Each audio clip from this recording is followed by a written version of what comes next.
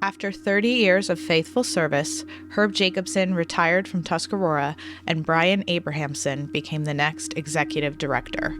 Herb remained a member of the board of directors and later became the 5th president. Following Herb Jacobson as director, really twofold. One, the amazing opportunity I had, the privilege to work alongside of him for 16 years before becoming director was just a wonderful experience and just a great man and a great mentor to me.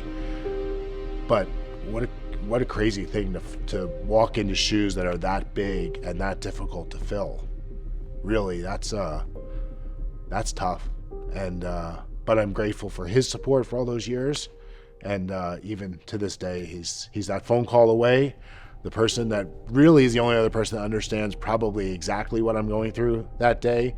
And so I'm incredibly grateful for that relationship. 16 years since I retired. I can't believe it. And that, it's just amazing how God has provided. I'm blessed every time I think about my involvement here. Tuscarora has been incredibly blessed with longevity of staff, so much more than any other camp or conference center, and quite frankly, probably more than most other businesses, secular businesses. And we've just been so blessed. As an established ministry, the challenges faced by Tuscarora now were different from the earliest days. One of the events that sticks out in my mind, well, actually, it's an event that happened 3 times, is the flooding of the river onto the grounds of Tuscarora. This happened in 2004, 2005, and 2006. And the first time it was flooding that was related to streams and creeks and remnants of a tropical storm. And probably a lot of people remember that we lost the one-lane bridge, the old-fashioned one-lane bridge that led to Tuscarora. And for a few months, everybody had to drive the long way over the hill and up and around to get to Tuscarora. But it was the flood in 2006, which happened just as summer was starting. We had guests here for the summer, and they had to leave because the property flooded. But it was just before Junior Week, the week before Junior Week. And when it was over, one of the problems we face is that the ground is covered by dirt and river silt. And it was just amazing because in order for Junior Week to happen, we had to clean the whole place up, empty the pool, get the river silt out, fill it up. We had 13 local fire companies respond with all their fire trucks to hose down the whole property and make the place ready for Junior Week. And I'll tell you, it was a real testimony to the way our relationship with the community has changed over the years from the early days to now. And I have to imagine that probably some of the firemen's kids or grandchildren were coming to Junior Week, and that was part of the motivation, but it was really an encouraging thing. Throughout its history, Tuscarora has hosted guests from the New York City area, and as the landscape of ministry in the city changes, Tuscarora too is affected. We have seen tremendous missional efforts that have grown out of people's experience at Tuscarora. In 1995, we gathered, and the city was really reeling from the impact of violent crime in New York City. In 1993, there were 8 murders a day for a year. New York had become the most violent city in America.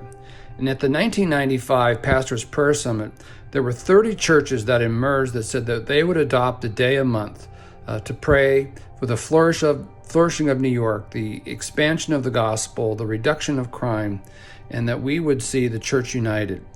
And over the next 20 years, as churches gathered every day to pray, we saw the murder rate in New York City decline by 90%. And we saw Orthodox Christianity in Manhattan grow by 500%.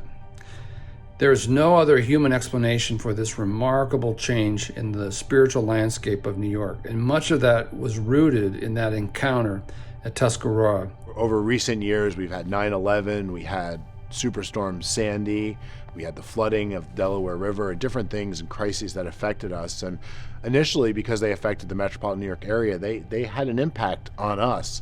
But each time, Tuscarora grew and adapted to continue its mission to the changing church. People come from very diverse communities, whether they be African American or Caribbean or Hispanic or Chinese or Korean or European American. And many people meet each other for the first time at Tuscarora that begins lifelong friendship. Coming from the New York City school system, I'm always going up and asking, where are you from? Where are you from, the Bronx? Do you know this school? Where'd you go to school?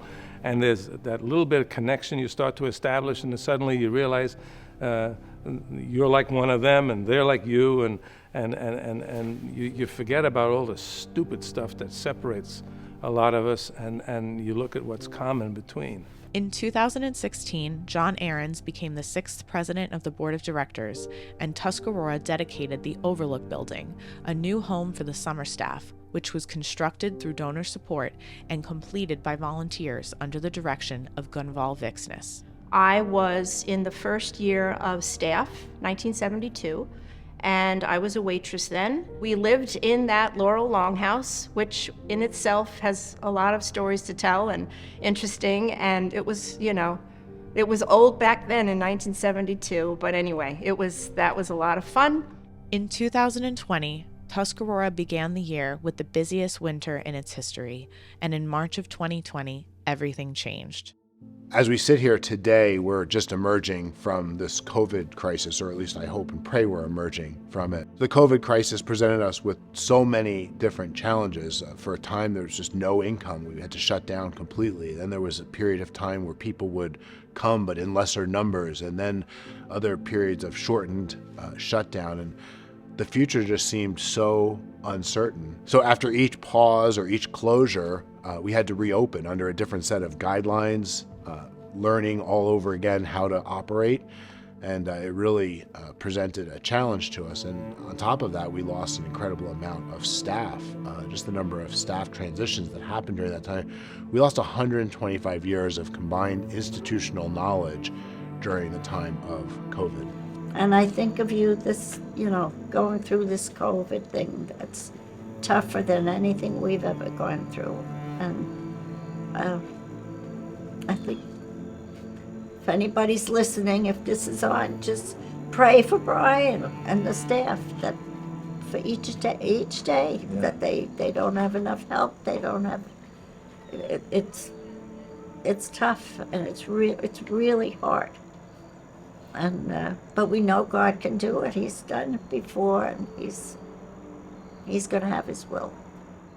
When I look at the conference center as a board member, the biggest thing is that when I was a attendee, you don't realize the amount of work the staff have to do and the amount of things that take place in order to facilitate a group coming in terms of as the facility has grown, the landscaping work that has to take place, the work that the dining room staff has to do to be able to serve, to clean up and get it prepped for the next meal to take place.